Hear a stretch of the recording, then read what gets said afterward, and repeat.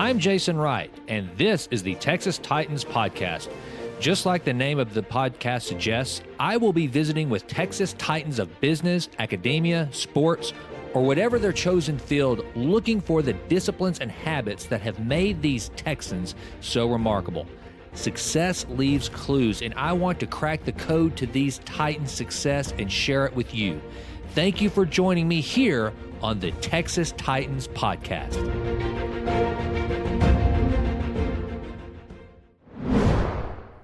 Hello and welcome to this episode of the Texas Titans Podcast. Thank you so much for being here. Today's guest is Texas super lawyer Rogge Dunn. Rogge is, in every sense of the word, a super lawyer. He's one of the most prolific trial lawyers in the state of Texas. And throughout this interview, I tried to peel back the onion about what has made Rogge so successful. And what you're going to find out is it's hard work, being very good at what you do, and loving what you do. And also what you'll see, you'll get a sense of Rogge's true desire to use his legal profession and knowledge to help people. And okay, it's kind of cool whenever you walk into Rogge's law offices, because literally you're walking into a museum. He has curated his own museum in his law offices, and it's really quite remarkable. So I had a blast as we first got to talking about just going through his museum. But Rogge's office museum is not the only thing that he's curated. He's also curated his life. Rogge lives life on his terms, doing what he loves. And that's the sort of thing that I wanted to tease out in this interview. So I think you're going to enjoy my visit with Rogge Dunn. Just a little bit about his professional background, his professional bio. Rogge Dunn is a fifth-generation Texan and second-generation Dallasite. Dunn and his wife, Cathy DeWitt Dunn, are active in charitable, political, and civic causes. Dunn was recognized in 2018 as one of the top 100 attorneys in Texas by Thomson Reuters service, published in Texas Monthly. Since 2003, Dunn has been repeatedly honored by D Magazine as one of the best lawyers in Dallas, an honor which he received once again this year. Dunn is board certified in civil trial law and has taken cases all the way to jury verdicts and arbitration awards in 7 states and 8 Texas cities. He has also been recognized in the Best Lawyers in America by Woodward White Incorporated for commercial litigation and employment law management. Dunn's closing arguments from 2 trials were recorded for the $1 Million Arguments audio series. Another closing argument Dunn made at a trial was printed in Trial Magazine. Dunn's cases that are covered by the media have been covered by news organizations who are always seeking his expert opinion. That includes the CBS Evening News, the Wall Street Journal, the New York Times, BBC Radio, Anderson Cooper 360, U.S. News and World Report, The Today Show, CNN, CBS This Morning, USA Today, MSNBC, and the National Law Journal. Yeah, when I say Rogge Dunn is a super attorney, I mean he's a super attorney. So I think you're going to enjoy my visit with Rogge Dunn. Sit back and listen to a guy who has figured out what it takes to be at the absolute top of your profession. Thank you again for being here, and please keep tuning in to the Texas Titans Podcast. I can't tell you how grateful I am for the great feedback we continue to get. The downloads continue to crush it, and so I'm so thankful for that. And now I want you to enjoy my visit with super lawyer Rogge Dunn. Thanks, guys. Well, hello and welcome to another episode of the Texas Titans Podcast. This episode is brought to you by Office Pride. If you have a commercial business, a commercial office, physician's office, insurance office, real estate office, I don't care what kind of office you have, it gets dirty throughout the course of business. And guess what? If you're a physician, you need to be taking care of your patients. If you're an insurance agent, you need to be writing insurance policies. If you're a real estate agent or a real estate broker, you need to be selling houses or selling or writing leases or doing anything other than cleaning your office space. That's why you need Office Pride. My friend David Stein is the East Texas developer for Office Pride, and he is also one of the top franchisees in the entire Office Pride family of franchises, and he's right here in East Texas. And I cannot more highly recommend both David as a leader and Office Pride, the company that he runs right here in East Texas. Give him a call at 903-534-0425, 903-534-0425, or just go to officepride.com. If you're outside the East Texas area, there's probably an Office Pride near you. Check them out. And when you do so, please, please, please mention that you heard about them on the Texas Titans podcast. David Stein, our local East Texas developer. Not only is a good friend, but he is a Texas Titan, a great entrepreneur, a great friend. And I can tell you, he runs his business with the utmost of integrity.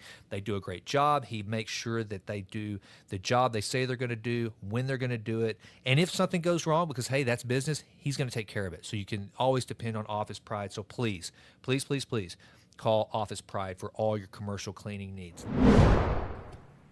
Rogge Dunn. Hey, Jason. Thank you so much for taking this time with me today, man. I mean, it's been awesome because we've kind of like had a little interview off the recorder, just kind of catching up, figuring out how much we have in common. But first of all, what I've got to do is I've got to kind of give a little picture of what I've walked into. All right. Because we're in the headquarters of your legal practice, and you literally, I mean, I'm not being dramatic. You literally walk into a museum that you've curated and put together, and you show me around where everything about the office, and just kind of listen to your stories and the things that you're doing. They just tell a story of extreme success and, like you've mentioned, hard work. I talked about how a mutual friend of ours and one of your clients said the cool thing about having Rogge as your attorney, when you walk into a room, it's already like somebody, just all the air leaves. You know, there's just like this deflated look on the other side of the table. But before that, there was just a kid trying to figure out what in the heck he's going to do. And so what I want to do is kind of go through the journey of your career and just what has made you successful. And again, like I said before we got on the recorder, is this isn't so much about law and the practice of law, but the disciplines, the habits, the preparation, those things that you can look to and go, well, this is why I'm able to be, in such a nice facility that I get to do as much as I want to do outside of the office as I do working. This is how it all came together. So that's kind of what I want to do today. And I thank you so much for being here with me, Rogge. Well, thank you. All right. So first of all, where are you from? What's early Rogge look like? Sure. I was born in Dallas in Parkland Hospital, and grew up in Dallas all my life. Probably, as my sister said, the nerdiest thing I ever did was to go to SMU after growing up in Dallas. But I had a pretty successful lawn business. I had a hometown girlfriend, and I had to work my way through school. So it made sense to actually lived at home for a year during college to save money, and made a lot of sense to stay in Dallas for those reasons. Well, and so as I look around, I see animals on the wall. You got a shirt on that's so bright that I need to wear sunglasses. You march to the beat of your own drum. What were you like as a kid? Were you that same? Were you kind of outgoing? What were you like? Well, I was insecure. I was short, and so I think when you're insecure, either you become shy, quiet, and withdrawn, or you act out and try to be funny. And fortunately, I went to the funny side, which was easier to turn into a good personality later on in life. All right, and tell me about Rogge. What's the history of the name Rogge? Well, Rogge is my mother's maiden name, and as you know, as a fifth-generation Texan, in Texas, a lot of times they take the mother's maiden name and give that to the son as a middle name. Okay. And my mother was Ann Nell Rogge. Okay. Her sister was Georgia May Rogge, and her mother was Ruby May Rogge. Okay. And so I ended up with Rogge as my middle name, and I was always close to my granddad on that side, who was a South Texas farmer. And so I started going by Rogge, my middle name. Okay, all right. So you go through your primary years, then high school. What's high school like for you? And the lawn business, does it keep going? Do you keep making money? Yeah, my dad was a great dad, but he was an alcoholic, and he couldn't provide for the family. And literally at one point we were on food stamps. And thanks to my mom, my mom and dad were just total opposites. My dad was from the East Coast, went to University of Virginia, dropped out, went into the Army, got frostbite in the Korean War, then transferred to SMU, never graduated. My mother was the first one in her family to go to college, and was Phi Beta Kappa at SMU, top of her class. And when she got out, being in the 50s, the only job she could get was teaching at the Dallas Independent School District. And when my dad couldn't provide for the family, my mother went and got a real estate license, practiced with Earl Rollins real estate here in Dallas, became a real estate broker, and did well enough. But I still had to provide for myself. And my mother was a very hard worker, very conscientious, and I think I got her genes in that regard. And, you know, when I turned 16, my parents said, here's $500 towards a car. I started sacking groceries at Kroger number 64 in North Park, which is now Bibb & Tucker's. And I learned quickly how to spot the good tippers. And I was making $1.60 an hour minimum wage plus about $1 an hour in tips. And I saved up, and after 5 months, I had $1,200, bought a car, and all I ever did was pay for the repairs because it was a used, beat-up old car. But that taught me a lot of life lessons. And I'm so glad my parents either couldn't afford or wouldn't give me a car, because I appreciated what it meant to take care of a car, to pay the insurance, to pay the gas, to pay the repairs. And I also recognized from sacking groceries versus what I could make mowing lawns, that having my own business was the way to go. Because when you work for yourself, if you work harder and smarter and more efficiently, you're going to make more money. And that's also why I learned that lesson and applied that when I was a senior partner at a mega law firm, to decide now's the time to go start my own firm and have that freedom. You know, it's interesting because I've talked about that on the podcast before. And a lot of the listeners, you know, this is who the podcast is kind of geared toward, is entrepreneurs, people who are wanting to do things on their own or are currently doing those things. And just like we talked about, you know, offline, so many similarities there. I started out, my first real way to make money was mowing lawns. And then I start sacking groceries at Winn-Dixie in Sulphur Springs. Sure. And my dad was the same way. He was a builder, and there was a truck that my grandfather had that he used to clean up job sites. And he said, you can drive that until you can afford to drive something else. And it was the same thing. My dad was very hard on me. You know, I had to work for every penny I had. But as I was putting myself through school and later on in life and deciding that I too, and by the way, my mom's a real estate broker, so it's just crazy. It's crazy. And so I remember that whenever I bought my first business, I put the business on a 5-year note. And now there were times I was very frustrated with my dad. You know, I'm like, you know, you could do more, but you choose not to. The first company I ever bought, I put it owner finance on a 5-year note, paid it off early, and the first call I made was to my dad to say, thank you for being hard on me. You know, I credit you with the fact that I had the discipline to do this. You know, it wasn't because I was so smart and I was so great and I was just making so much money. No. And I also think you said something that is good for the listener to understand, because I was talking to Phil Burks, very successful tech entrepreneur, that I interviewed a couple of weeks ago, and we talked about how a lot of people think they want to be an entrepreneur until it actually happens. It's like it's kind of like me and a motorcycle. I used to think I wanted to own a motorcycle until I drove one, and then I realized, no, I like the idea of having a motorcycle. And in entrepreneurship, it's kind of the same way, because it's for those people. And it's okay. Some people need to be the cog in that wheel, right? Even because some of those cogs make a lot of money. But whenever you realize that that's not enough, that I want to determine my fate, the potential of being able to make as much money as I want versus the guarantee of making how much the employer will give me. And the security. One of those has to outweigh the other. And you've got to be honest with yourself. And so it sounds like you kind of figured that out and realized you're an entrepreneur. It was a blessing to me. Yeah. But you know, when I got out of law school, I was attracted to the panacea of going with a top law firm and all that entails. And it took me a while to realize I need to go back to my roots. But you know, what you said, one of the most difficult challenges I faced, and I wonder how you and your family face this, when my kids came up for time for a car, well, it's so competitive now. Every kid is making grades. They've got to have extracurricular, civic activities to get into the best schools. So if you make your child work to get their car, then you're hurting their chances for school. So my wife and I thought, well, the best compromise is to say, we will pay your grades in high school will be your job. Mm-hmm. And if you make good grades, we're going to pay you $50 towards a car. If you get unsatisfactory conduct, that's a minus 25. If you get a C, that's a minus 20. And so it's interesting, one of my kids had a GMC Jimmy, the other one had a used VW, and my most fastidious daughter got a Mercedes. And that's how I dealt with it. But that is the biggest dilemma I think that parents face today. If you want to instill what our parents did for both you and me about hard work and letting you see how that pays off, not telling you you have to live it. Oh, it's crazy. I mean, literally, my wife and I were just having this conversation because, so the younger daughter that I mentioned to you earlier that's going off to Colorado, still has the first dollar she ever made, went out on her own,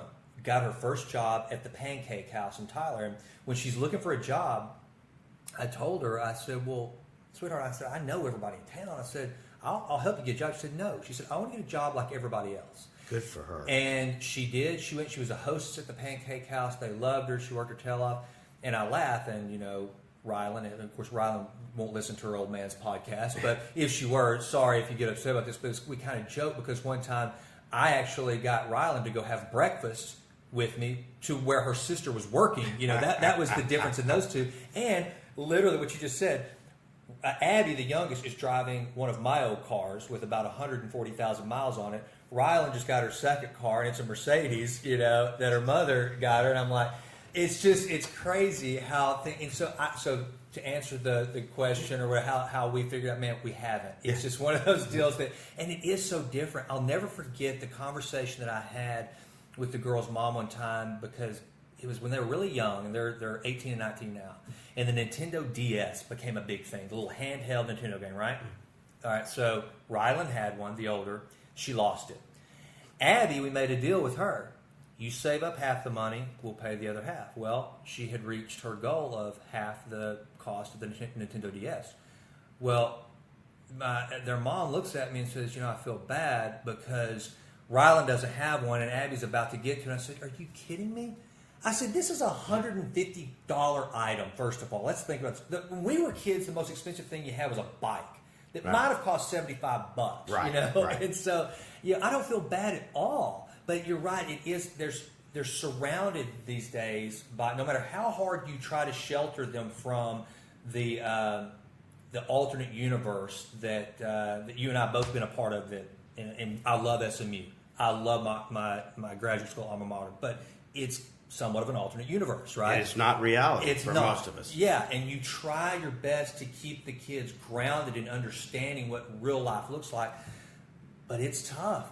It's really tough. But it sends a message and a lesson. It's like my oldest daughter said, well, why does Cammie get the Mercedes? Because she had better grades than you. Yeah. And we actually signed a contract with the kids. Yeah. I said, this is what you're going to get paid, and this is, Yeah, well, it works. And so, all right, so you go off and you finish high school. Now, when do you decide that you want to practice law? When does that happen? And were there other options? Were there other things that you thought about? Well, I probably foreclosed that pretty quickly. Basically, in high school, I was a reprobate.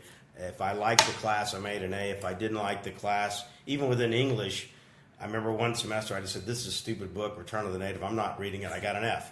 And the next 6 weeks, I got an A+ in the same class. So I was kind of cocky, and if I didn't like stuff, and I was bouncing between A's and C's, and probably was in with the wrong crowd, had real long hair, and then I took speech class the second semester of my sophomore year, and I did debate. And I was a natural. In fact, if there was a national debate circuit, that would be my dream job. If I could just debate full time as a professional, and I loved it. And I said, I want to be a trial lawyer. So literally at age 15, I decided I wanted to be a trial lawyer. And Wow. they said, well, if you want to be a trial lawyer, then you better pull up your grades, because if you don't make good grades, you won't get into good law school. If you don't get into good law school, you're not going to get a good job. So after that, I was a straight A student. Won a lot of debate trophies and speech trophies, and my whole focus starting the second semester sophomore year was, what do I have to do to get into good law school? And I also knew, because of the finances, I wanted to get into Texas if it was very reasonably priced. I didn't even apply to SMU Law School because I knew I couldn't afford it, and I was going to have to be on my own. So. Right. Okay, and so do you do your undergrad at SMU? Undergrad at SMU, yes, Okay. and then law school at UT. Okay, so you're pre-law at SMU? I took the majors that they said English was a traditional major for law school. And then I ended up loving economics, so I had a dual major. They just said, hey, you only need 9 hours for a double major, so I got that in economics, which helps for the business side of the work that I do. Okay, and of course, you go to UT Law, which is a very, very a stellar law school. How was law school for you? Oh, it was so exciting. It was exhilarating. Yeah. Just being able to think about the cases, and it ended up my grandfather paid for law school, so it was the one time in my life I didn't have to work during school. So at SMU, I often say, gosh, I wish I could go back and read a lot of those books that I didn't read, because my focus in undergrad was making good grades, and then I was working 30 hours a week. Mm-hmm. So I didn't have a lot of time. I did whatever was to get an A, but I didn't immerse myself in the love of the studies. Right. It was whatever. It was more transactional. I've got to get through with an A and then get to this job and mow this lawn. Where in law school, because thanks to my grandfather on my dad's side, I didn't have to work during school, so I was able to read and really think and analyze and philosophize about it, and so that was a blast. So, and whenever you decide that making the grades lead to getting into law school, which is your ultimate ambition, did some disciplines and methodologies to manage that time, did those start to come into shape? Like, how did you do that? How did you go, okay, this is study time, this is work time. What did that look like? And has some of that carried through to today? I mean, what are those hacks? That's a great question. And I think you have to sit down and plan your day or your week out. Mm-hmm. I'm also blessed that, I only typically need 5 to 6 hours sleep. So I think if you stay healthy and work out and have a good diet, I think you need less sleep. Now, I'm sure the experts will prove me wrong on that, but at least for me, that works. Mm-hmm. So it gives me more time to do the things that I had to do. But I was careful about budgeting my time and try to be efficient. One of the things that I learned my first year in law school is I always, and this of course was pre-iPad days, but I always brought work or studies with me. If I go to the doctor's office, I don't sit there for 20 minutes and read a magazine or look at their TV. I'm working. Right. Now, of course, I do that on my phone or iPod or laptop, but that's one thing that I've learned is you can have situations where you don't have downtime. If I'm on the road, I'm not watching movies in the hotel room. I'm not watching movies on the plane. I got the Wi-Fi and I'm working. Maybe it's a form. Maybe it's catching up with friends and family with emails. But I don't have a lot of downtime, and that's one thing that it taught me. And I say this to people all the time. I'll start off the week and I'll say, all right, there's no way humanly possible anybody could do more than 30 of these tasks. And I'll put 60 on my list. No way anybody could possibly do 30. And if I put 60 on my list, I'll get 40 done. Really? And so You challenge yourself to do more. And if you've got that on your to-do list, you will do more. Yeah. And so that's something that I found works for me. The other thing is stupid, but I set my watch 12 minutes fast. So I look down and go, okay, I got to get this project done. And then I realize, oh yeah, I've got an extra 12 minutes. So those are two things that work for me. Well, that's perfect. All right. So with regard to putting the 60, the actual goal is 30, but you're going to get 40. One of the things I did a while back, now here's my biggest problem. I'll come up with all these different types of scorecards and stuff like that, and they'll work for a little while. And that's kind of what I found is the most accountability inspiring thing for me is if I put a daily scorecard out with a certain objective, like a habit I'm trying to break. And if I don't do that thing for that day, it's worth 10 points. And review it at the end of the day with the ambition of looking at the end of the week and having a certain score. Wow. So do you, if you look at that, do you take account of, okay, I put these things on my to-do and I achieved 40, or do you, or for some reason you only got 25 of them done, do you go, what's going on, Rogge? I mean, do you kind of have a standard for yourself is 30 kind of that magic number that if I can do the 50% of 60, I'm in? Yeah, it depends on the week and what I do, but absolutely, I think we always talk about holding the people that we work with accountable. Well, if you don't hold yourself accountable first and foremost, you have no business holding anybody else accountable. And if you hold yourself accountable, then you recognize the challenges that you and others face, and you can empathize with them and understand when they don't meet your goals. Right. Well, and so it sounds like, one of the things I've learned, the more entrepreneurs I've talked to, and because I don't want it to always be my personal experiences, this is about my guests and the cool people I'm talking to. the harder you work, the luckier you get. And I haven't found a way, other than scratching the right lottery ticket, that the true success comes without that hard work and discipline. Yeah. Well, I'm whoever said the cliche, luck is where preparedness meets opportunity. I don't believe in quote unquote luck. Yeah. I believe you have to position yourself to increase the odds that you will quote unquote get lucky. So I could not agree more. So you finish law school.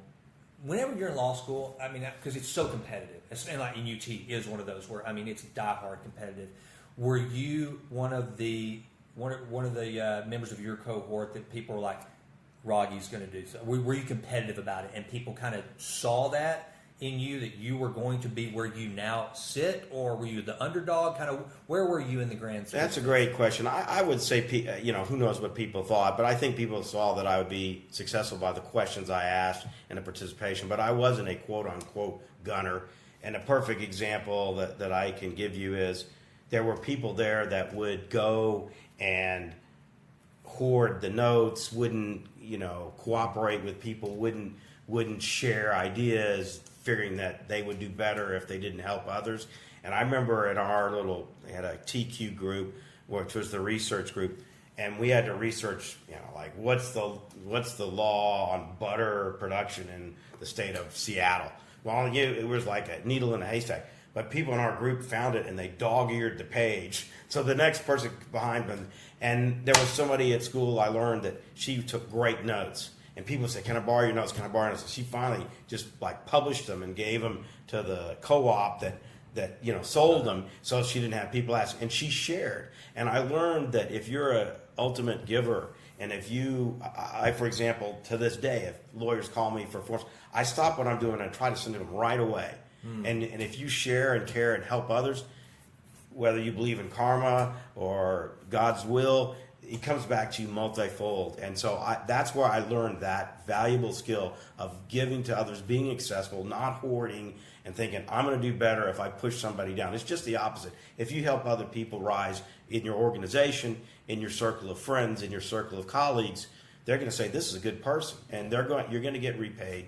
And that's not the reason to do it, by the way, but you are going to get repaid than if you are a curmudgeon and think you're smarter than everybody else, and I don't need to help anybody else. Well, it's like Zig Ziglar used to always say, you can have anything you want as long as you help everybody get as much as they want. You get exactly. Enough people get what they want, and it's even and you've shown that with me. I mean, I know how valuable your time is, and for the listeners, it's a Sunday afternoon, and Rogge, one of the most in-demand attorneys in the country, is sitting down with me. So you're literally practicing what you preach. And you're doing a great job, and it's important to spread the word. And the only way we learn is by listening and thinking about how others do things. Well, and you said something in that last answer that I'm really intrigued by, because it's something that, to be honest with you, this is where we met whenever I was at SMU, right?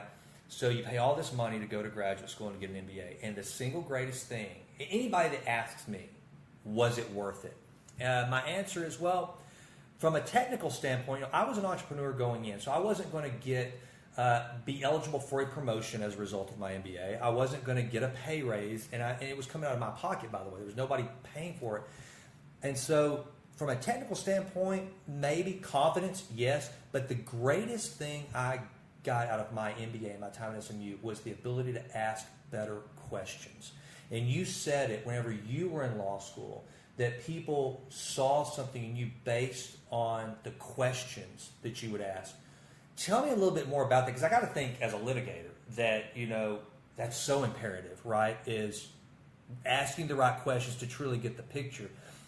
How have you honed that skill? Because there's a quote that says, judge a man's intelligence not by his answers, but by his questions.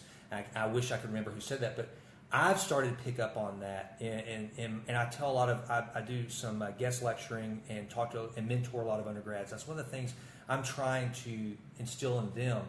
Ask good questions and have the confidence to ask questions. Because I'll tell you right now, when I was in your class and when I was at other class at SMU, I didn't want to ask a question because here I was nearly, I was 37 at the time, and still hadn't realized you're not stupid if you ask a question. Right. So where did you start to develop that, or did you just go, I don't know, so I'm going to ask? Was that just innate for you? Yeah, well, I mean, I was inquisitive, and I think I had a lot of questions from the readings, and I wanted to get somebody's perspective. And I've always thought that if you ask questions, you're going to get at their perspective rather than your assumptions. And so it was just part of learning, and most of the professors are receptive to it, and that kind of kicked me off to that. So you finish at UT, then what? What's your first job? So I went to a traditional old line successful firm in Dallas, Thompson Knight, and I probably didn't fit in quite as much because I'm kind of iconoclastic and eccentric, but they were in a transition from doing a lot of trial work to more mergers and acquisitions, business work, and higher dollar cases, so you couldn't get to trial. When I started, they had an insurance defense practice, so I was excited about doing trial work, and I wasn't getting it. So then I went to what was at the time Robbins, Zell, Larson, and Kaplan, which was another mega firm based out of Minneapolis with offices around the world, and I got to work some huge commercial cases, but they like to try cases, and I was able to get a docket of cases where I could go to trial, and that to me was my life dream. Right. And so I worked for the big firm for a number of years, made senior partner, and at some point I realized if you're at a big firm, you're a prisoner in terms of you've got to do the work that they have. There's a lot of, especially with a firm of 500-600 lawyers with 8 or 9 offices, there's positional conflict. So one of the reasons that I became a lawyer was to help people, and it was the ability to take on causes that were important to me. I helped a teacher. My mom was a teacher. My wife's mom was a teacher. My aunt was a teacher. So I took on a case that was maybe politically not as correct for a Frisco Independent School District teacher who took students to the Dallas Museum of Art, and they saw naked statues, and some parents complained, and so she didn't get rehired. So I wasn't going to make any money, but I thought it was an important case to take. I couldn't take that case in a big law firm, and there are a lot of conflicts. And I also found that compensation-wise, even though I was a top fee producer in the firm, worked harder than others, there was a lot of money redistributed to what we might call deadwood or lineage partners. And so I wasn't getting, for the hard work, I wasn't getting the reward. Right. And so that's when I decided to go start my own firm. And how long were you there? It took me 14 years before I started my own firm. And what was it that, was this how long was the plan to say, okay, I will, because, and again, we talked about this offline about, I finally realized corporate America wasn't for me. I had to escape, and same thing. I knew I was meant to be an entrepreneur. I was only going to be happy. I wasn't going to wait 30 years to become the CEO when I could go buy the title right away. If I could scrape enough pennies together, get enough financing, I'll go become a CEO. So what did that look like? Was it a 5-year plan, 3-year plan? One day you just said, you had a Jerry Maguire moment and said, to hell with it, I'm out? What did it look like? Pretty much had a Jerry Maguire moment, but it was probably building over a couple of years. I guess really the moment was this. I had a client that I had brought with me, a great company, and had been a client for 10 years. And Robbins closed its Dallas office, so I went to Cozen O'Connor as a partner there, and then made senior partner. And when I went to Cozen O'Connor, the client said, "We hate Cozen O'Connor. We love you, Rogge, but we're gonna pull all our business because." Without going into details, we don't like Cozen O'Connor. So 2 years goes by, the client calls me and says, well, we've been using other lawyers in Texas, we're not happy, we feel like we cut our nose to spider face, so we're going to come back and start sending you business. And they put in the email, but we want to make it sure that we're coming back from you, not because of Cozen O'Connor. So my boss sent it up to Mr. Cozen. Mr. Cozen came down to take dinner or whatever, and he said, well, we're so effing great, I knew they'd come crawling back to us eventually. And that's when I realized they really weren't even paying attention to what I was doing. And because they were based in Philly, that was the home office, and I wasn't a Philly guy, that I was kind of out of sight, out of mind. And that was kind of my Jerry Maguire. That was the last straw that I decided, okay, let me go start controlling my own future, which if you have any interest in being an entrepreneur, I tell everybody, try it. Save up a little money. I got light. I paid off all my bills as best I could. And, there's nothing more exhilarating. I mean, my energy level, my adrenaline went out there. And the other thing you find is that the big organizations want you to believe, as you said, you're a cog in the wheel, that you're fungible, that everything is due to their success, is what they're giving to you. And you realize, I now have a chance to see what I can do. What I can do for others, what I can do for myself, and what I can do for my family. And you'll never really know that unless you venture out. Absolutely. And it goes back to, one of the things I wrote about in my most recent blog, and kind of you and I talked about, because you just came back from a really cool trip I want to hear about to Nepal, but talking about my first trip to the Himalayas. I mean, it's a mission trip that I know don't return from because I'm dehydrated, I'm on a mountain, and as awful as that experience was, and as uncomfortable as that experience was, it wasn't unless I had stepped out there and done that to know where my breaking point was, how pliable am I really, And it's the same thing with entrepreneurship, because, I mean, I'm with you. I've had those times whenever I stepped out, I was scared to death. I took on a ton of debt. I was 28, I didn't have any money. And whenever you're faced with either I succeed or I don't pay my mortgage, all of a sudden you find resources and energy and abilities that you didn't even know were there. And so, again, talking to that wannabe entrepreneur out there, I tell them, don't be frightened. The worst case scenario, and this is what I always tell, young folks that want to get out on their own, and you kind of touched on it. If you want to do it, try it. What's the worst that can happen? You fail? Right. You can make more money.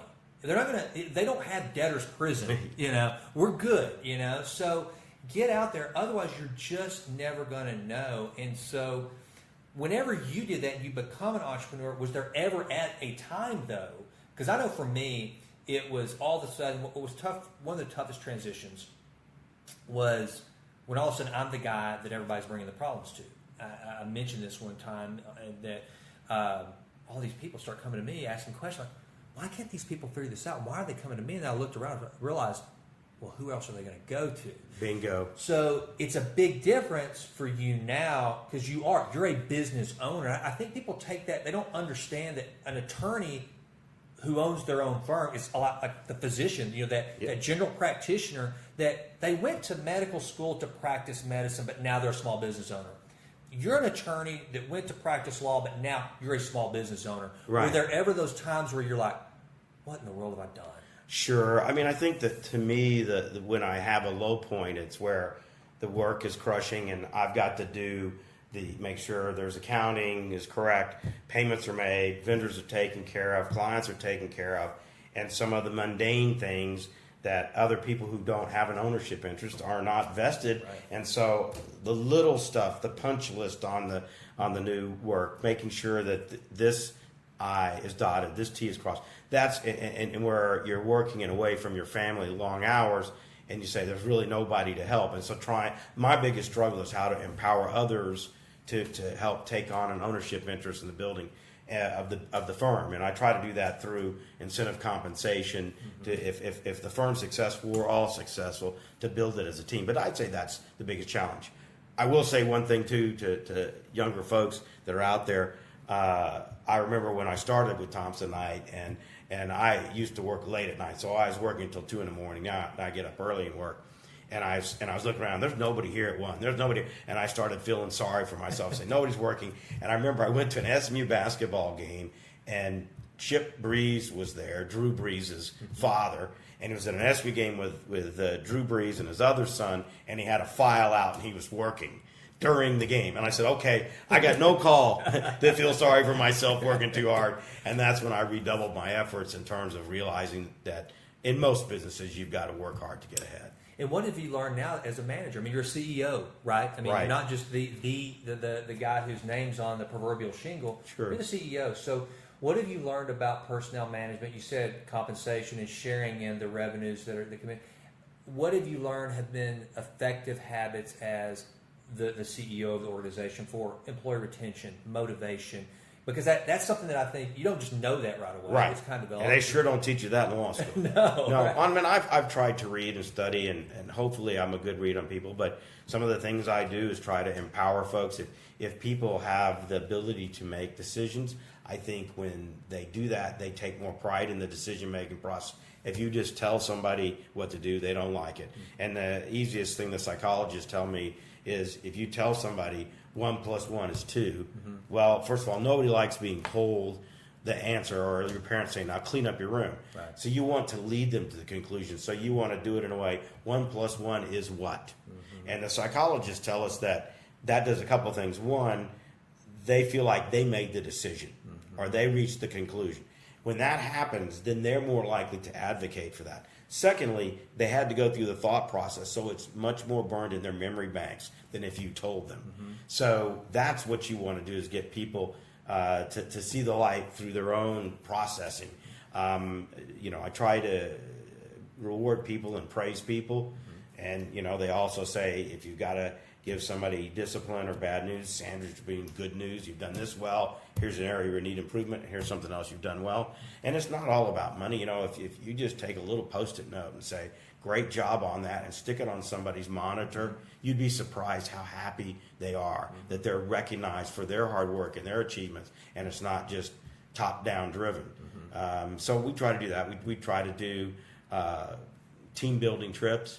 For a small firm, I've taken everybody in the office and their significant other to London, Tampa, where we went to Burns Steakhouse, which is great. If you've never been to Burns, go. Okay. Run, do not walk to Burns Steakhouse, largest wine collection of any restaurant in North America. We've done Cozumel, Vegas, New Orleans. So we've gone to a lot of fun places. Right. Wow. Well, so do you like being a manager? Or would you rather? No, I hate it.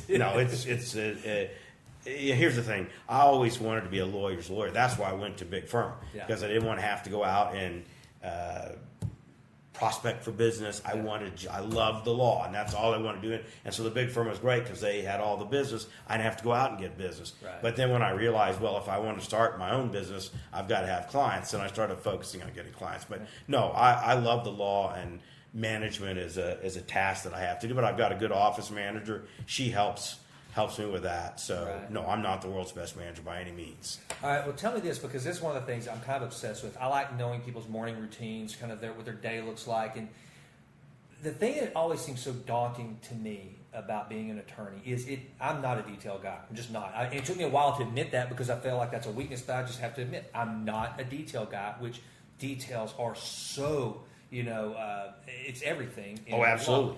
So from the time someone comes in, an employee at a XYZ Fortune 500 corporation feels like been mistreated, and I'm trying to kind of go along the type of law that you practice. They come in, they say, this is my issue. They sit across the table from you, lining it out, and you decide, yeah, you got a case, and I am the attorney that needs to defend you or represent you in this issue. What then is Rogge Dunn's process for preparing and then getting through that case? What does that look like? Well, first of all, I'd say it's absurd for a lawyer to say that they add value. But what I do try to do is be efficient with my time. So if I have an hourly client, their bill is not exorbitant. Obviously, I do work on a contingent fee. I represent both plaintiffs and defendants, companies, and individuals. But even before that process, I tell the clients, I got two kinds of people. I got people that come in and want to tell me their life story. I'm fast and furiously writing notes. I'm interrupting their train of thought. They leave. I'm trying to type up my notes. I got to call them back. I can't read my own handwriting. And that's not very efficient. And they bring a box of documents or dump a thumb drive and say, you figure it out. And I say, look, that's one type of client. That's very expensive. I've got other clients that before we ever meet, before we have a substantive call or meeting, they put together a detailed chrono. Here's what happened. We had this disagreement over this partnership. The LLP is attached. They usurped the corporate opportunity. Here's some emails, Exhibit 2. And then put that chrono together with documentation. Secondly, give me the questions that you have, that you would want to ask me. And then what's your end game goal? Because so many people are emotional and they don't focus on what's my end game. So I can read that in 10% of the time. So guess what? Your bill's 90% less. Before we have a meeting, we hit the ground running. And the chrono is much better if you have to write it out, look at it, review it, say, oh, that's out of order, or that triggers your memory. So that's what I try to do. Now, I got some people that say, I'm filthy rich, I can make more money, I don't like doing this, that's why I'm paying you, you do the dirty work. I'll get my fingernails dirty. I just try to be efficient. Right. But that's the first step. The second step is to evaluate the case, look where we can have venue. And I can't stress the importance of venue. Let me give you a perfect example. I could give us the venue is, in my opinion, is 90% of the battle, because remember, you always want to find an audience that you can persuade. Now, here, take this example. I could give my world's most dynamic speech about why Obama is our greatest president, and if I give that to Hannity and Limbaugh and Tucker Carlson, they're going to say crummy speech. Don't believe it, you're wrong, and a crummy speaker. I give the same speech, falling down drunk, slurring my words, to the NAACP and the AFL-CIO, and they go, great speech, we agree, okay? Same speech, one good delivery, one poor, but the audience, if they're not receptive to your message, you're going to lose. Give me a perfect example. Do you think that you would have a better chance of winning a police brutality case in South Alabama or San Francisco? No. Same facts. And Rodney King tried twice. Same facts, they witnessed two different verdicts. So it's important to search for the right venue or forum that will be receptive to your client's message. So that's the first thing we look at. We evaluate the case. We also look, is there a reputational risk to the other side to where they don't want this going viral? Is there some potential leverage there? We look at the law to say, and I always tell this to people, a lawsuit, pursuing a claim or a lawsuit is a lot like playing poker. So most of my clients want to know what's in their hand. Are they holding a good hand, a mediocre hand, or a crummy hand before they start to go play poker, start raising? But having said that, there are plenty of companies or individuals that had a bad experience with a lawsuit, and their lawyer said, "Oh, we'll get you out of this for $50,000. Why not pay us $50,000 instead of paying them $100?" And they go on down the road. In 2 years, they look up and go, "My goodness, your bills are $200,000. We didn't get out of the case, and now you're telling me it's going to be another $200,000 when I go to get a trial, and we spent all this executive brain damage away from our core business, fighting a lawsuit which we don't like, producing documents, ESI, etc." And you end up settling it for $200. You could have settled it for $100 way back when. So I think one of the most important things to do is look at the case, and if you're a defendant, pay more than you should. If you're a plaintiff, take less than you should, and be done with it, and don't deal with the lawyers. But having said that, if they won't settle for a semi-reasonable sum, then don't go looking. Then go for the jugular. Go all the way out. The worst thing you can do is go halfway and then settle. So that's an important way to hopefully have a value add result for your clients. Okay. And then whenever you're going through that process, because time, as you know, is the most valuable non-renewable resource any of us have. Especially, you actually get to put a dollar figure on that time.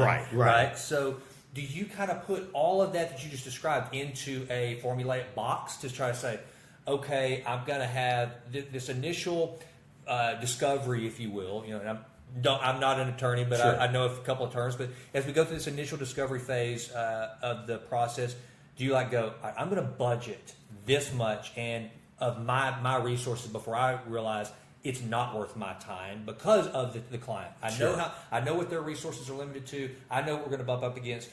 How do you stay within the parameters that you set for yourself? And what are those? Well, that's the toughest thing, because I end up getting close to a lot of my clients. Yeah.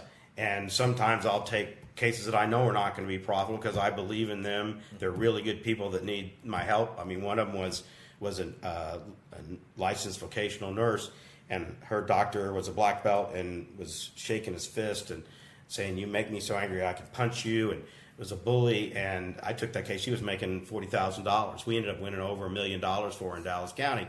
But she got a stuttering problem because of it. And, I stuck with her. And, when the verdict came out, she was crying, I was crying. And I think we did some good that, in terms of, so I'm not real good about necessarily budgeting. You have to be careful not to, from the economic side of it, to make sure you're not fighting a tough battle that isn't economic. One of the things that I do, and I am a big believer in, is I have both contingent and hourly. So I always have enough hourly so that I'm not having to borrow money or worry about making payroll. And that's really important, because no matter how ethical you are, if you're having to borrow money and it's looking tough, you will, I think, it'd be very tough to resist. Well, I should settle that contingent case even less than it should be because I want to get a quick hit. And so having the hourly bedrock, if you will, of work make sure that I don't settle a contingent case because I need money. It's because it's the right number for the client. And so now let's step a little bit out of whenever you're in the trenches. What does your day look like outside? I mean, we talked about it, fitness. I'm looking behind you. We talked about you've got your computer screen up on the treadmill there. So you talked about fitness. You just came back from Nepal where you did some cool hiking. Like to hear about that. So, and I know you're a hunter, yes. Which is good for both. That's good for the mind as well as your physical fitness and just being out. Kind of tell me, how are you taking care of that most valuable of all the business tools you have, which is you? What are you doing outside the office? What does your day look like? Sure. And take me through. You said you get up early. Right.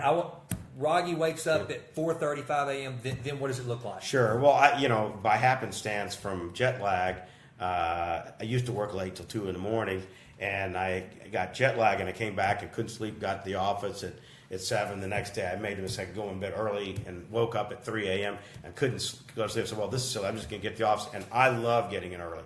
I get to the office between 4 to 5:30 a.m. most every day. And what's great about it, you can organize your day. It's quiet time. My East Coast clients know I get in early, so I start getting calls around 7. But you can plan out your day, carefully look at your calendar, make sure you're not missing anything. If there's something you forgot to do, you've got an hour or two to do it, or half a day. So that really works for me. The absolute quiet time to think and plan.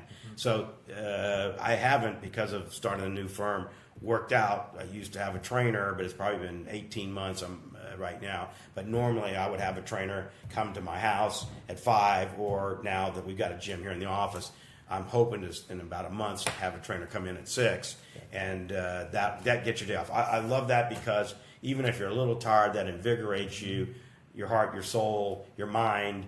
Having that workout get you going, and metabolism running. So typically that's get in early, look at the calls I've got to make, send out emails.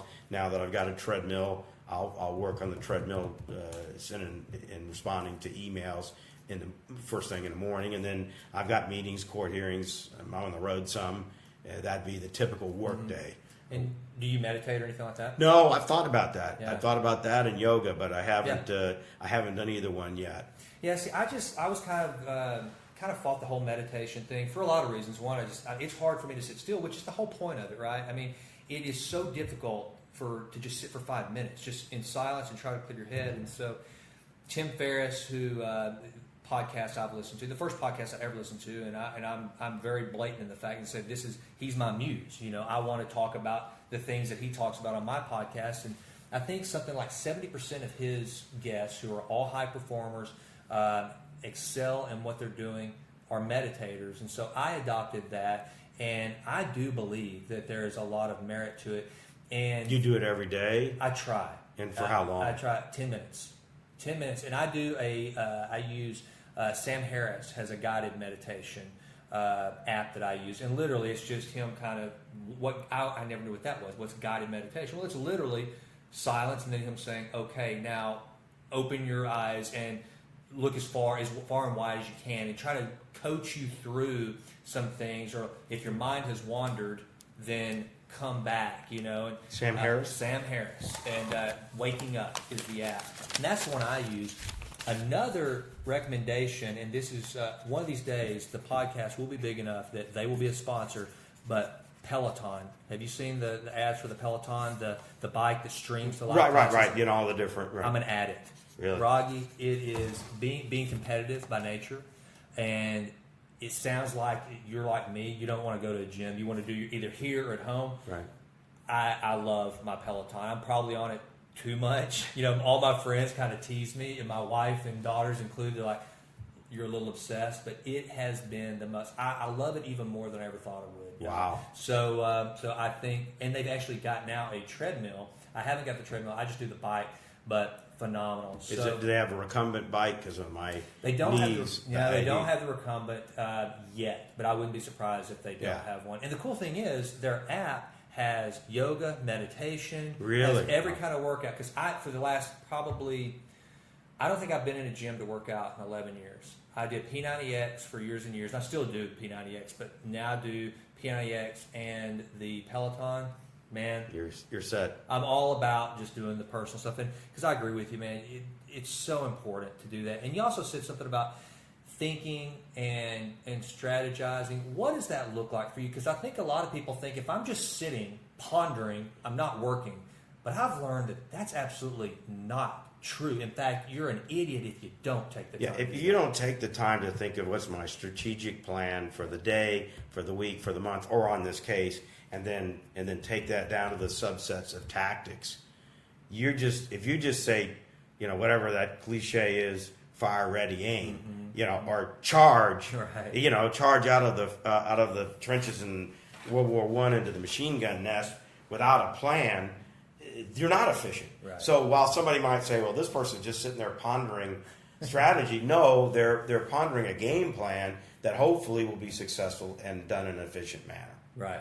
All right, so obviously we talked about it with the company outings, and I just know personally you're a traveler. Yes. How important is travel to you? What's the coolest place you've been to? And then tell me a little bit about the trip you just came back Sure. from. Well, those are a lot of great questions. I guess my philosophy is I work extremely hard. I still work, and my wife says, you shouldn't tell anybody you work there. I still work 70-hour weeks. And I used to work, when I was a baby lawyer, 80-hour weeks or more.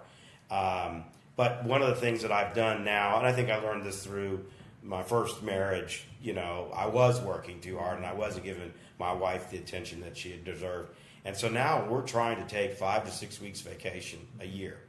Yeah. But I take my laptop, and because I only need 5 or 6 hours sleep, when my wife's asleep for between, let's say, 4 a.m. and 7 a.m. or 8 a.m., I'm doing work while I'm on vacation, which allows me to not forego the work I have to do, but take nice trips. If I was thinking about this the other day, because this last trip we went to Hong Kong, Nepal, and Bhutan. What were my top 2 or 3 places? I would say Egypt, not only because it's an amazing country and interesting people, but when I went back there, and somewhere I have a picture, up there, me and when I went to London School of Economics, me and 3 buddies went to Egypt, and we climbed the pyramid. Oh, wow. A week before somebody had fallen off and died. We had to bribe the Egyptian guard, but we literally, you can't do it anymore. We're at the top of that pyramid. That was outstanding. And then my buddies went on to Greece, and I traveled in Egypt by myself for another 10 days. I'll never forget, I took the peasant train. I took the peasant train, and across from me was a guy, or sitting next to me was a guy with a wooden crate taking ducks to market, and they were defecating in the train, and across from me were 2 women that were blackjack dealers, sisters from the U.S. So just surreal things you run into in Egypt. I would say after that, Africa, anywhere in Africa is great, and then New Zealand. New Zealand, by far, we went to New Zealand in the winter. It's the most beautiful country I've ever seen, and I've been blessed to probably go to 50 countries or something. Did you do any red stag hunting when you were in New Zealand? No, didn't do any hunting. It was just skiing. Okay, because I've always heard the same thing. New Zealand, it's gorgeous, it's beautiful, and I didn't know until not too terribly long ago that the red stag population is so big there because there are no predator animals, right? And so how important would you rank getting away like that is for your success? Because a lot of people, again, they think that travel's a luxury. And especially kind of the American, Protestant work ethic is, right. No, I'm not going to go on vacation. We use the word busy and hard work as these badges of honor, but how much would you say that actually lends to the success you have as an attorney? Well, you need to recharge the batteries. You need to recharge your spirit. And you need to have experiences that I think you can cherish and take with you for the rest of your life. Yeah. In other words, just working is not, sure, you get some victories, you tell war stories, that's great and fun, but it's not the same as taking your kids and your family. And while I did work extremely hard when I was younger, and I still work hard, I was a terrible dad about going to the kids' t-ball games or their practices. I almost went to no practices, went to maybe a third of the games, and so I was not exactly father of the year. But my thought was they're not going to really remember that. And so what I did do is like my son and I went on a 1-week river rafting trip in the Colorado, and the phone quit working after half of the first day. And so those kinds of experiences, taking the whole family to Africa, for photo safari or hunting safari, whatever it is, those are experiences they will remember for the rest. And then guess what? When you get together as a family, you can relive those experiences. Yeah. So to me, that's spiritual and emotional recharging. And that's why one of the reasons you work hard is to be able to do that. And another thing is you learn so much from seeing the way other people do things. If you're stuck in a rut, that's one reason I do boat cleaning. You've got blinders on and you're only seeing one thing. Somebody tries a trick on you on one side, so, I'll put that in my toolbox of tricks. But I'll give you, for example, when I was in Bhutan, one of the things that I teach at SMU is warning signs, and you have to have effective communication. Well, with the international global economy we have now, most warning specialists say we got to go pictographs, right? You don't have to worry about people understanding the language. If it's a foreign person, they don't know the language, they see the pictograph. But in Bhutan, they have these clever signs away from the trend of pictographs, and they had one that says, no worry, no hurry. And so it makes you think, and they think those signs work. The best one was, they said, married, ? Drive, divorce, speed. To say, okay, you're going to slow down. The spouse is going to get mad, but you're going to stay within the speed limit. Yeah. And their statistics indicate that these signs make people laugh, and they make them think about it as opposed to blowing off or ignoring a pictograph. And also, back to what I said again, people don't like to be told, don't speed. Right. But if they give you a reason to think why you shouldn't speed, and you say, you know what, that's right, I just thought of that, I'm not going to speed. Right. So I would never have thought of that, and I don't see those signs anywhere in the U.S. or Europe, but now I've seen them in Bhutan, and I brought that up to my class. So here's another way to skin that cat. Right.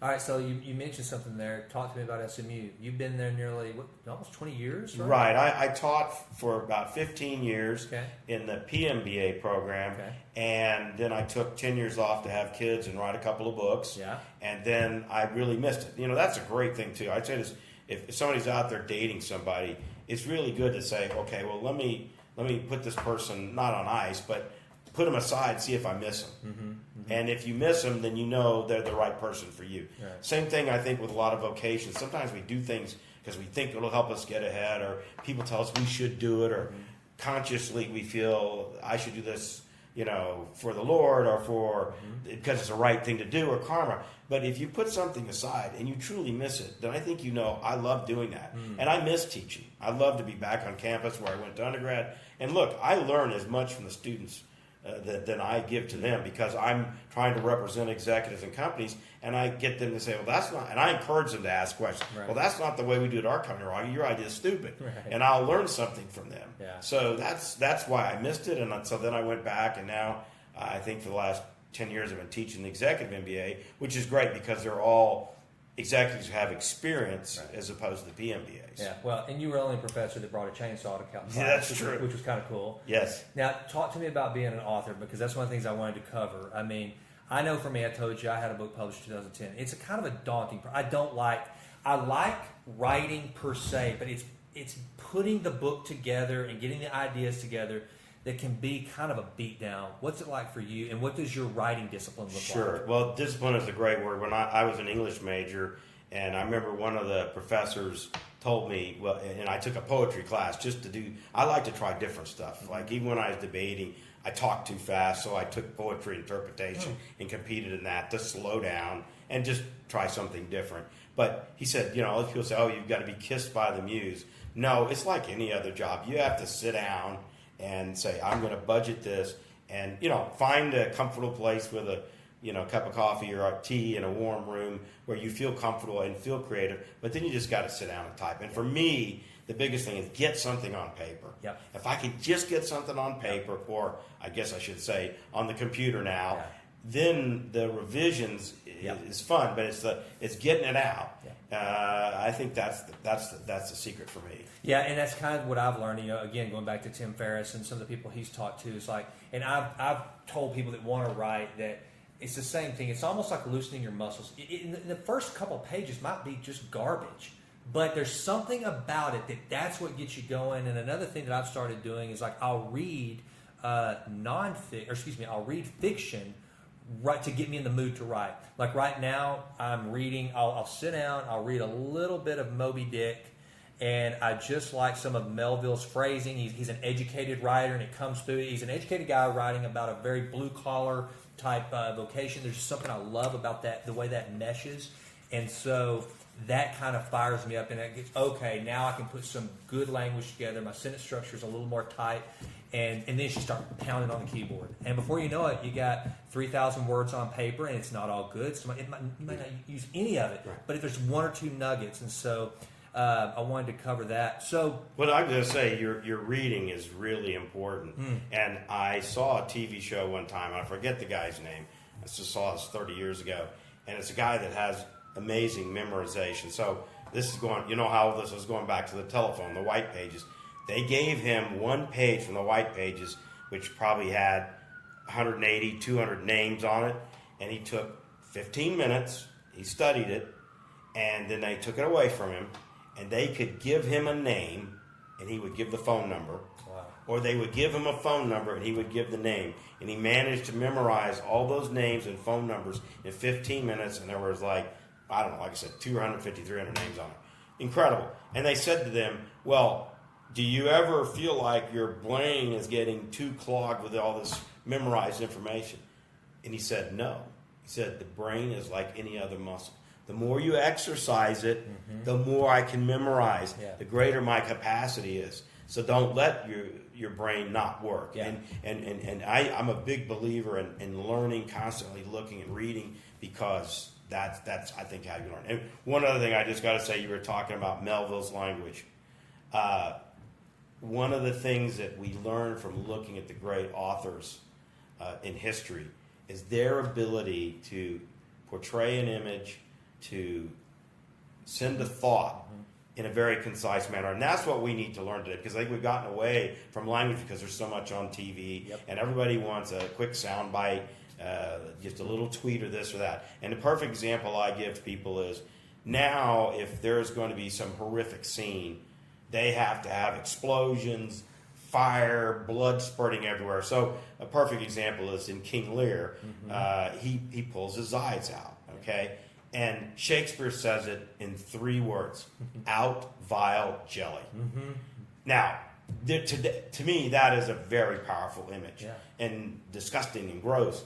But today, if you were to do that, it would be like Die Hard. There would be, the eyeballs would fly across and hit somebody else and explode.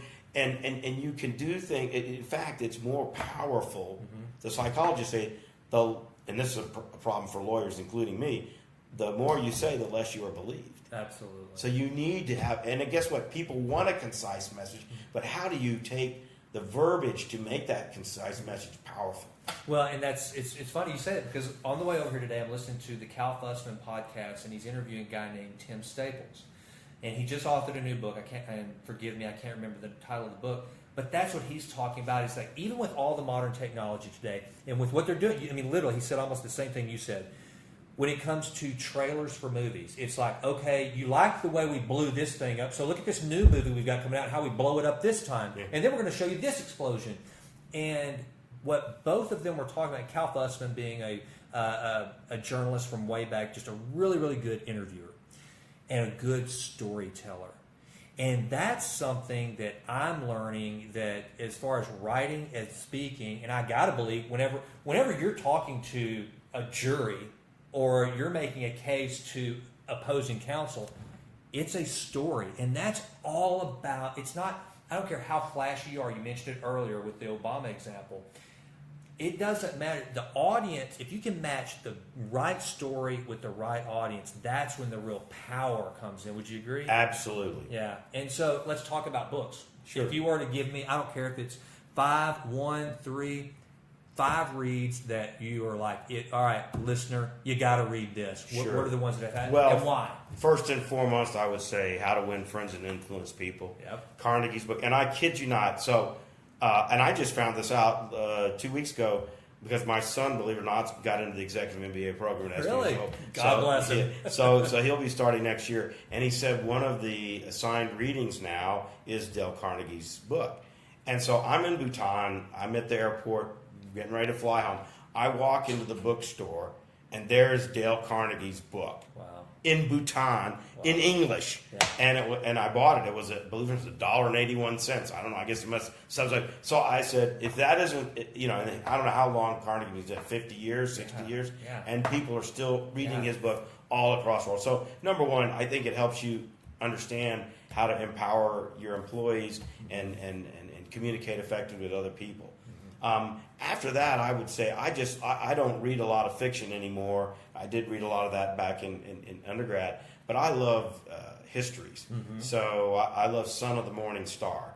It's written by an English author about Custer. And it has some. And what's great is that the book, and he does a great job, because some authors, they have a bent, and that's all you hear. This guy says, well, this is what this historian says. That's what this historian says. Here's what I think, looking at all the evidence and the contemporary writings. But it's incredible, because one side of the story is about Sitting Bull, the other part is about Custer and how they come together. And Custer was amazing. He wasn't a good general, but he was fearless. And he had 5 horses shot out from him to live, which was incredible. And that's why he kept getting promoted, because he was fearless, where a lot of the northern captains and whatnot were very reticent to attack and slow to move. And he would always, his answer was charge, which is why he ended up dying at the Battle of Little Bighorn. But that's a great. And by the way, if you love Western history, they talk about, literally, you would walk out and you would see these brown clouds that were 3 miles wide of buffalo herds, and the buffalo wallows where they would get into the ground. And if you're a hunter or a fisherman, they talk. I mean, you just throw the line and you come out with a giant fish and grizzly bears. And people don't know he was a presidential candidate.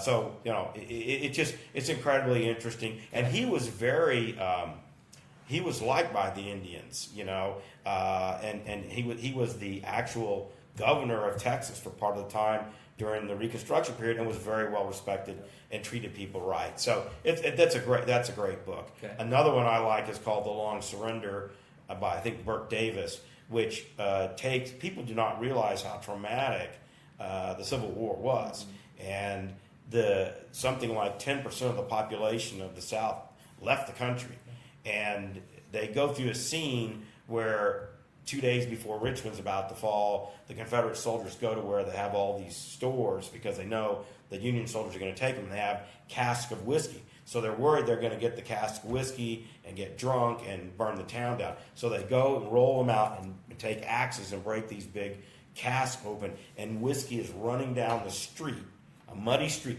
and there are citizens with cups drinking the whiskey. And it's reminiscent of when the U.S. pulled out of Vietnam and they're pushing the helicopters off the ships, and you just don't realize people were committing suicide. So and it takes the treasure trove train that Jefferson Davis was on when they captured him, and just an amazing perspective that you don't see or you read about. I love Black Hawk Down. That's a great one. And then I have a lot of the. My son and I went to the 60th anniversary of D-Day, so the Easy Company and the Ambrose books about that. Those are great histories that I like. Well, now let's talk about this. And one, have you read Undaunted Courage about Lewis and Clark? No, I've read the excerpts of it, but I do want to read that, because that's an amazing book. Okay, well, don't buy it. That'll be your thank you gift. All right. Okay, and we'll read it together, because my brother, it's his favorite book. I think Craig, my oldest brother, he's read it like 3 times now. He's been saying, Jason, you love to read, you love history, you've got to read this. He says it's just an amazing story. And he actually, as a traveler, he and his wife took a trip. They followed the Lewis and Clark Trail. I've seen that. I've seen that trip. I've thought about it. He said, Jason, I told Rachel, my sister-in-law, he said, I could easily just sell out, move out there, and be done. And I mean, it really had a profound spiritual impact on his life. And so another trip, he highly, it's a great trip. I mean, good guides. I've looked at that trip. It's amazing. So you're talking about history. Let's talk about some of the art that's out in the lobby, because a lot of it is war propaganda posters and recruitment. Where does that come from? Is it just something you're fascinated by, or is there something behind it? Well, sure. One of the things one of the reasons I love graphic arts is back in the 1800s, in the early 1900s, there was no radio, there was no TV, there were no billboards, although they started putting big posters up on the sides of buildings. In fact, in Russia, the literacy rate was about 10%, and when the communists started the revolution, they actually had things called agit trains, where they had trains with giant posters 20 feet by 40 feet with pictographs, in others, because they couldn't read, and they would take them through the countryside to tell a story about why we needed to have a revolution and why the establishment had to go. So that was the primary method of communication. And from a trial lawyer whose job is to use stories to persuade people and images to persuade people, it's a very helpful thing to look at, see how through the years these various graphic artists, from the actual to the representational side of the presentation, works, because they had to persuade people with very limited language, with an image that was compelling yet pleasing to look at, that people would remember, almost like the baton warning signs that I mentioned. Right. So I like it from a historical perspective, and I have fun. I mean, you mentioned I'm kind of like a curator. I am. I have used to be, before the internet. I had 120 books on posters, and I would go look up the author and find about their life and how they lived and how they died, and and learned a lot from that. So that's just something that I find interesting. I enjoy the artistic part of it. In other words, when I started, the law firms all had ducks and hunting scenes and the hounds, and this was just something that's different, that makes people think. And I know that the people love being able to come see this art. And then I've got historical pieces like the Black Panther posters, which a lot of people don't realize. The Black Panthers weren't simply a political movement. They were a self-help movement. They were having schools. They were putting together lunches so their kids could eat. There's a lot of history there, and until you learn about it, and I'm a big believer in the historians are either contextualists or the textualists. I'm more of a textualist. I want to see what people at that time were writing. Like a really interesting book I read, Scherrar's, the rise and fall of the Third Reich, etc. He has one whole book where he's going out and interviewing German U-boat commanders before the war, and you're seeing, well, we didn't recognize what was going on early on, like we should have. But to read it at the time, you understand their perspective. Instead of 20th century historians looking back, or 21st century saying, "Oh, this is what they were thinking." No, I want to read what they were thinking. I want to see with my own eyes what they think. Your interpretation may be different than mine. No, see, and I agree with that. One time, I think that.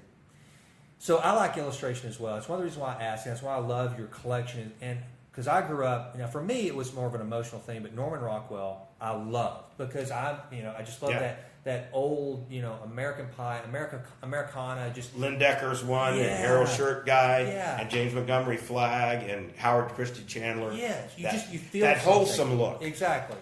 But even Andy Warhol, which is interesting, because Warhol, I think, was the first one to do pop art that was accepted by the highbrow community. I don't know if that's just because he was so eccentric and weird or what, but this whole idea that something you have to really think and not understand something for it to be sophisticated, I don't buy into that. Whether it's music, whether it's art, if you feel something, then that's kind of the key. And so that's why I asked the question, because I'm kind of the same way. Now I can appreciate it, but also it's like, it doesn't have to be Shakespeare or Jane Austen to be beautiful literature. It can be Herman Melville, or it can be John Steinbeck. Just plain language, in your face. Hemingway. I mean, it's just in your face. He would get romantic, but it was still pretty straightforward. And so, I love that. And just for those of you who are listening to this, I mean, you've got everything from Russian, wartime posters, to Nazi Germany, to American.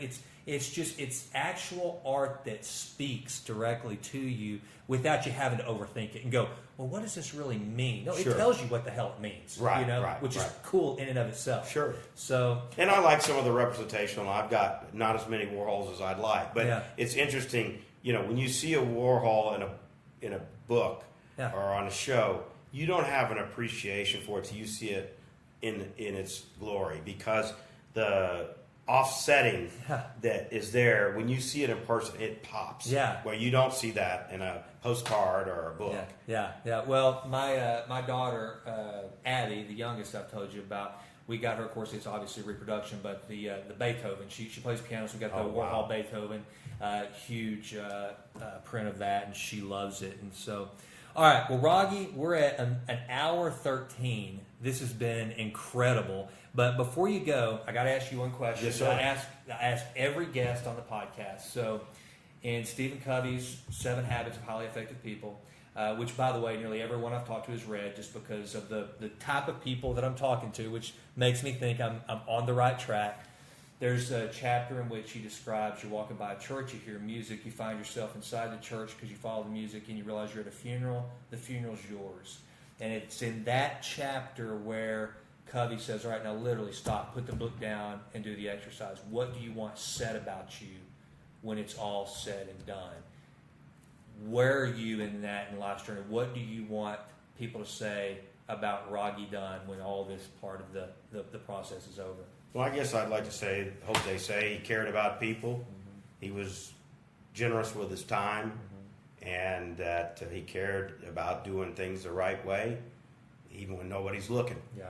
That's what character is, I think, right? Exactly. And I'm not going to get you to go away. And just so people know, this is not a sponsored podcast. It's not how we do this. But, you've given me your time. I want to know, why would I come to see Rogge Dunn if I need some legal help? What kind of a situation? I mean, talk about the firm that not only that you built, but you're building, because it is new since you. Sure. The facilities we're in are a year old, maybe? You're just a little over a year. That's what I thought. So talk to me. Well, we actually are last year we're the 238th fastest growing firm in the U.S., but I don't want to get huge. I'd like to stay around. Right now we're at, 15 lawyers, probably 15 to 25. But people come because they want a trial lawyer. One of the things I believe is you have a legal dispute. If all you have is a paper pusher, they can only take you so far. And I'm board certified in trial law as well as labor and employment law. And so what that means is people know that I'm not just ready, willing, and able, but I love to try lawsuits. So that when we get to the last, best, and final, and we say, we got to have this or else, they know that the or else is really coming. Yeah. Where a lot of people who are more bookworm lawyers, smart as a whip, but can't talk their way out of a paper bag with a jury, that we're ready to go, and if we go, we're going to be a formidable opponent. Not that we're going to win every case, but that we care, we work hard, we work smart, and we can communicate effectively. That improves your leverage on settlement, whether you're a plaintiff or a defendant. So that helps. If people say, I've got a major case, and I need somebody that if I can't get the right settlement and fair settlement, that is willing and able and will take it to the mat. So as one of our big promotions of what we think we do to tell people is drawing a line in the sand. I've got a statute of Travis out there, and so when you've had enough and it's time to fight, that's what we're here for. We obviously try to settle everything, but if we can't, we're ready to go fight. And we handle everything from employment cases for executives, private equity companies, defendant corporations, and I have some clients that hire me to do death cases. I've probably handled 30 death cases. But our bread and butter is corporate disputes, partnership disputes, private equity, executives, and employment type matters. Very good. All right. Anything else we need to cover before I let you go? No, it's been a heck of a lot of fun. I've learned a lot. Well, thank you, Rogge. And like I said, besides learning to ask good questions, that MBA from SMU is why I met you. So money well spent. Thank you, brother. I'm so grateful for this time. My pleasure. Thanks, Rogge. You bet. Hey, folks, I hope you enjoyed this episode of the Texas Titans podcast. Before you go, I wanted to let you know where you can find us out there on the interwebs. You can go to show notes as well as listen to all the past episodes and look for upcoming shows at textitans.blog. Also, that has all the different formats that you can listen to the show on if you go there. So textitans.blog. You can also go to jasonwrightnow.com. That has not only a link to the podcast, but it also has a link to my Make Your Own Rules blog that I think you'll enjoy, so please check that out. Also, it has information about my executive coaching business, speaking, and anything else like that, so jasonwrightnow.com. jasonwrightnow.com. That's literally just my name, jasonwrightnow.com. On Twitter, I'm at jasonwrightTX. I would really appreciate a follow. I have not been a big Twitter user, so I need you guys to help me with that. So please take the time to go out to jasonwrightTX, find me, and follow me. I'm trying to get more active with it, and so if you'll engage with me, I'll try to do a better job of engaging with you. So I would appreciate that. And then on Instagram, I'd really appreciate a follow there. I'm at Jason Wright Now. Again, my name now. So please follow me on Instagram. And then on Facebook, I'm also at Jason Wright TX. So check us out there. And I'm also on LinkedIn, so look for me there. I try to use as many platforms as possible to let you know about upcoming shows, past shows, and then also just anything that I find interesting. I'm trying to push it out and get better with the social media. So please check us out there and follow us. I would be most grateful. And also, please do not forget, it means the world to me for you to go to iTunes, give us a rating. Right now, we've got that 5-star rating. I'm hoping to hold that. Please, please, please. The comments that people are writing are so very kind. Thank you so much. It means the world to me. And that's how we keep moving up in the ranks. And right now, we're crushing it with downloads. The show has really had incredible feedback thanks to you guys. So I'm grateful. Please keep that momentum going by giving us a review on iTunes. Thanks so much and have a great day. And as always, I could not be more grateful for you listening. Thanks.